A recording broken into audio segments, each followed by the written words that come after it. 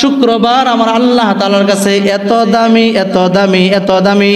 বান্দা যদি ওই সময় আল্লাহ তাআলার কাছে চাইতে পারে 100% বান্দার দোয়া আল্লাহ তাআলা কবুল করে নেবেন। সুবহানাল্লাহ। শুক্রবারের আরেকটা ফজিলত আছে। ও ভাই, শুক্রবার দিন শুধু ফজিলত আর ফজিলত। অন্য দিনের তুলনায় শুক্রবার দিনের আমলের ফজিলত আল্লাহ তাআলার কাছে কম না বেশি? কম বেশি না অনেক বেশি? অনেক বেশি। আল্লাহর পয়গম্বর জনাবে মুহাম্মদুর রাসূলুল্লাহ সাল্লাল্লাহু আলাইহি ওয়াসাল্লাম বলেন, যদি কোনো ব্যক্তি শুক্রবার দিন সারা দিনের মধ্যে একবার সূরা কাহাফ, একটা সূরা আছে পবিত্র কোরআনের মধ্যে, আল্লাহর পয়গম্বর জনাবে মুহাম্মদুর রাসূলুল্লাহ সাল্লাল্লাহু আলাইহি ওয়াসাল্লাম বলেন, যদি কোনো ব্যক্তি সূরা কাহাফটা প্রতি শুক্রবারে একবার তেলাওয়াত করতে পারে, আল্লাহ তাআলা বাইতুল্লাহ শরীফ থেকে ওই ব্যক্তির অন্তর পর্যন্ত একটা নূর চমকায়া দিবেন। শুধু চমকায়া দিবেন তাই নয়, হাবিবে কিবরিয়া বলেন, ওই ব্যক্তির অন্তরের মধ্যে বাইতুল্লাহ শরীফ থেকে আল্লাহ তাআলা একটা নূর চমকায়া দিবেন, তার মধ্যেই ক্ষান্ত নয়। হাবিব বলেন, এক সপ্তাহ যদি সূরা কাহাফ তেলাওয়াত করে, পরবর্তী সপ্তাহ সূরা কাহাফ তেলাওয়াত করার আগ পর্যন্ত বান্দাকে আল্লাহ তাআলা বড় বড় গুনাহ থেকে কুদরতিভাবে হেফাজত করে দিবেন। শুধু ফজিলতে শুক্রবার দিন আপনি ফজিলত কয়টা শুনবেন? কোন মুফাসসিরিনে কেরাম বলে যে আরাফাতের ময়দান থেকে শুক্রবার দিনের গুরুত্ব এবং ফজিলত বেশি। কেমনে? ব্যাখ্যা আছে। কারণ আমরা তো জানি যে আরাফাতের ময়দানে দাঁড়ায় দোয়া করলেই দোয়া কবুল, আল্লাহ তাআলা বলেছেন। তো এখন কোন মুফাসসিরিনে কেরাম বলেন যে আরাফার দিন থেকে শুক্রবার দিনের গুরুত্ব এবং মূল্য বেশি। কেমনে বেশি? বলে আরাফার দিনটা বেশি ওই ব্যক্তির জন্য যে টাকা খরচ করে আরাফার ময়দানে যাইতে পারে। কি বলেন? ওই ব্যক্তির জন্য আরাফার ময়দান দামি, যেই ব্যক্তি টাকা খরচ করে নির্দিষ্ট দিনে আরাফার ময়দানে যাইতে পারে, ওই ব্যক্তির জন্য আরাফার ময়দান দামি।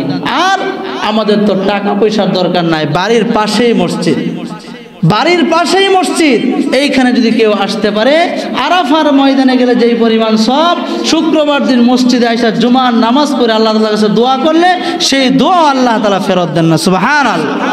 এই জন্য মুহতারাম হাজরিন, জুমার দিনটাকে অত্যন্ত মূল্যবান মনে করা চাই, জুমার দিনটাকে অত্যন্ত গুরুত্বপূর্ণ মনে করা চাই। কারণ এই দিনে আল্লাহর পয়গম্বরের কাছে তার উম্মতের হাদিয়া পেশ করা হয়। নবী করিম সাল্লাল্লাহু আলাইহি ওয়াসাল্লামের উপর কে কি পরিমাণ দরুদ পড়লো, নবীকে কে কি পরিমাণ ভালোবাসলো, এটা শুক্রবার দিন আসরের নামাজের পূর্বে রাসূলুল্লাহ সাল্লাল্লাহু আলাইহি ওয়াসাল্লামের কাছে পেশ করা হয়। ইয়া রাসূলুল্লাহ, আপনার অমুক এলাকার অমুক বান্দা, বাবার নাম অমুক, তার নাম অমুক, আপনার উপর বিগত এক সপ্তাহ এই পরিমাণ দুরূদ পাঠ করেছে, আপনার এই যে উম্মতের দুরূদটা। আল্লাহর পয়গম্বর বলেন, মান সাল্লা আলাইহি ওয়াহিদান সাল্লাল্লাহু আলাইহি 10 মাররাত। আল্লাহর পয়গম্বর বলেন, যে ব্যক্তি একবার আমার উপর দুরূদ পাঠ করবে, আল্লাহ তাআলা তার উপর 10টা রহমত নাজিল করে দিবেন। সুবহানাল্লাহ। শুধু তাই নয়, হাবিবে কিবরিয়া বলে 10টা রহমতের সাথে সাথে আল্লাহ তাআলা তার উপর 10টা সকিনাও নাজিল করে দিবেন। সুবহানাল্লাহ। এই জন্য মুহতারাম হাজরিন, শুক্রবারের ফজিলত এবং আমলের কোনো বিকল্প নাই।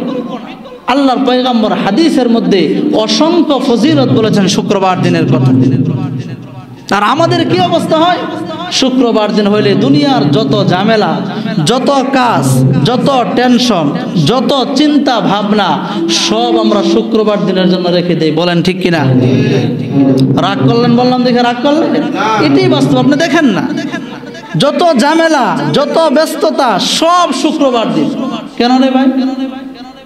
অথচ আল্লাহ তাআলা বলেছেন, ফাসআউ ইলা যিকরিল্লাহ ওয়া যারুল বাই, তোমরা বেচা কিনা, ব্যবসা বাণিজ্য সব কিছু ছেড়ে ফাসআউ, তোমরা দৌড় দাও, ইলা যিকরিল্লাহ, আল্লাহ তাআলার স্মরণে, আল্লাহ তাআলার জিকিরে, আল্লাহর ইবাদতে তোমরা দৌড় দাও, প্রতিযোগিতা করো। আল্লাহ তাআলা বলেন প্রতিযোগিতার জন্য, আর আমরা প্রতিযোগিতা করতে রাজি নয়। আল্লাহ তাআলা আমাদের সকলকে, আমরা যেন শুক্রবার দিনের গুরুত্ব ফজিলত আমরা বুঝে যেন শুক্রবার দিনের গুরুত্ব ফজিলত বুঝে আমরা আমল করতে পারি। আল্লাহ তাআলা সেই তৌফিক দান করুন, সকলে পড়ি আমিন।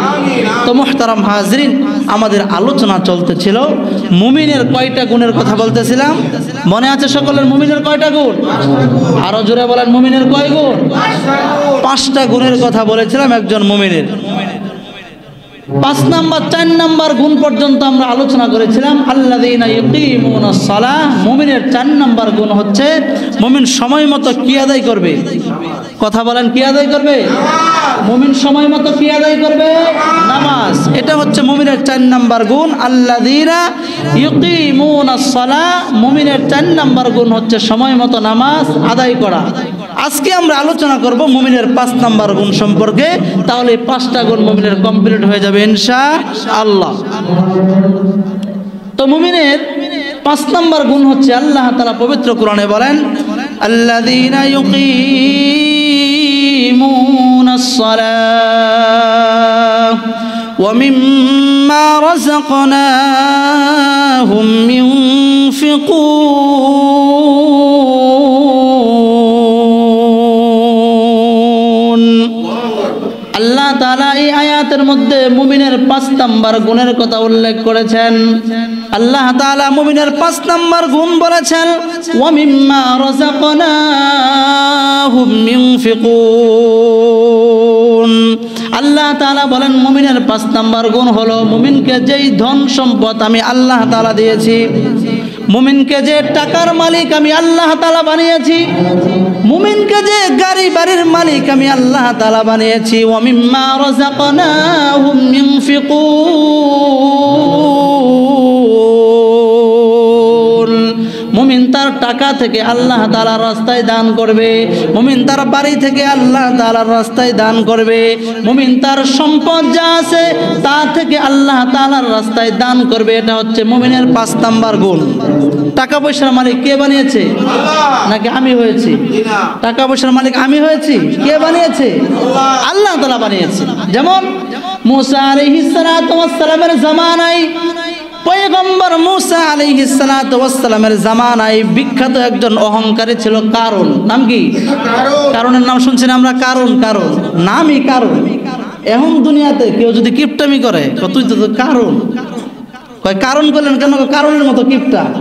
কারণ কি করে না? দান করে নাই।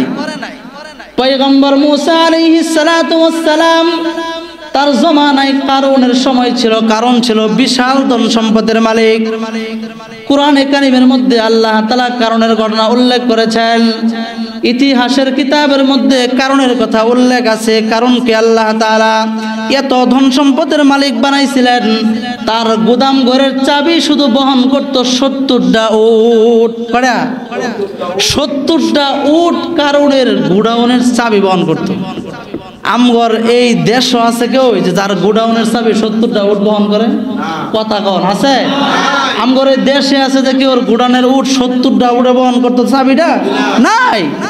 আল্লাহ তাআলা কারণকে এত ধন সম্পদের মালিক বানাইছিলেন। আল্লাহ তাআলা বলেন, ইন্না কারুনা কানা মিন কওমি মূসা ফাবাগা আলাইহিম ওয়া আতাইনাহু মিনাল কুনুজি মা ইন্না মাফাতিহাহু লাতানু বিল উসবাতি উলিল কুওয়া ইয ক্বালা লাহু কওমুহু লা তাফরাহ ইন্নাল্লাহা লা ইউহিব্বুল ফারিহিন।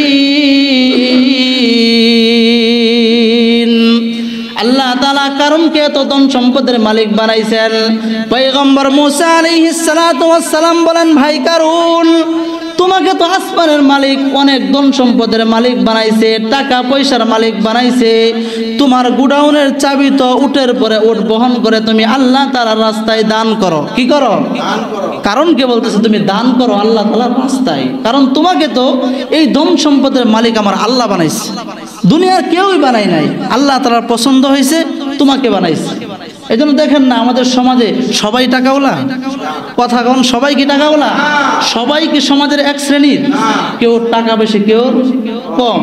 যদি এমনই হইতো যে মানুষ নিজে শ্রম দিয়া নিজে কষ্ট করে আল্লাহ তাআলা ছাড়াই মানুষ টাকার মালিক হওয়া যাইতো, তাহলে তো সবাই সমানই থাকতো।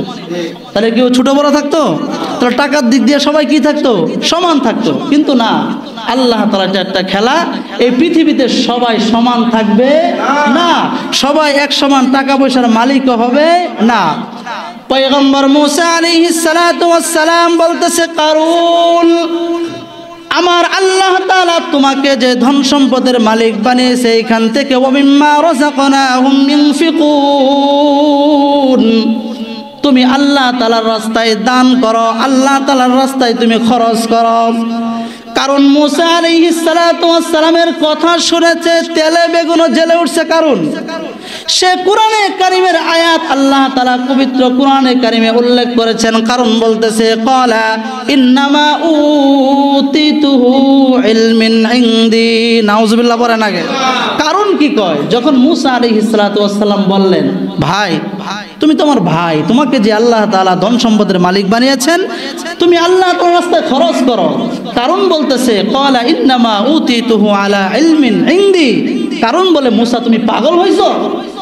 ইন্নামা উতিতুহু আলা ইলমিন ইনদি, এই যে আমার ধন সম্পদ যা কিছু আছে, আমার টাকা পয়সা যা কিছু, যত ফলের বাগান যা দেখতেছ, সব আমি নিজে কামাই করে মালিক হইছি। নাউজুবিল্লাহ বলেন। পয়গম্বর বলতেছে, খরচ করো। ওমিম্মা রাযাকনাহুম ইউনফিকুন, আমার আল্লাহ তোমাকে মালিক বানিয়েছে, যে আল্লাহ তোমাকে ধন সম্পদের মালিক বানিয়েছে, সেই আল্লাহর রাস্তায় খরচ করো। এটা তোমার সুবর্ণ সুযোগ। অনেক মানুষ আছে দান করতে চায়, দিতে চায়, কিন্তু থাকে না, মনটা বড় যে আমার থাকলে আমি দিতাম।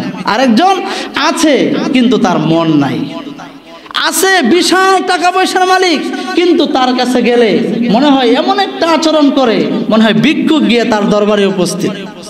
অথচ আল্লাহ তাআলা মুমিনের 5 নাম্বার গুণের কথা বলতেছেন, ওয়ামিম্মা রাযাকনাহুম ইউনফিকুন। প্রকৃত মুমিনের 5 নাম্বার গুণ হলো, আল্লাহ তাআলা তাকে যে সম্পদ দান করেছেন, ওই সম্পদ থেকে সে আল্লাহ তাআলার রাস্তায় খরচ করবে। কিন্তু কারণ সে রাজি না। সে বলে, মুসা তুমি পাগল হইছো? এইগুলো তো আমি নিজে কামাই করে কষ্ট করে এইগুলো আমি অর্জন করেছি, কেন আল্লাহর রাস্তায় দান করব? মুহতারাম হাজরিন, কারণের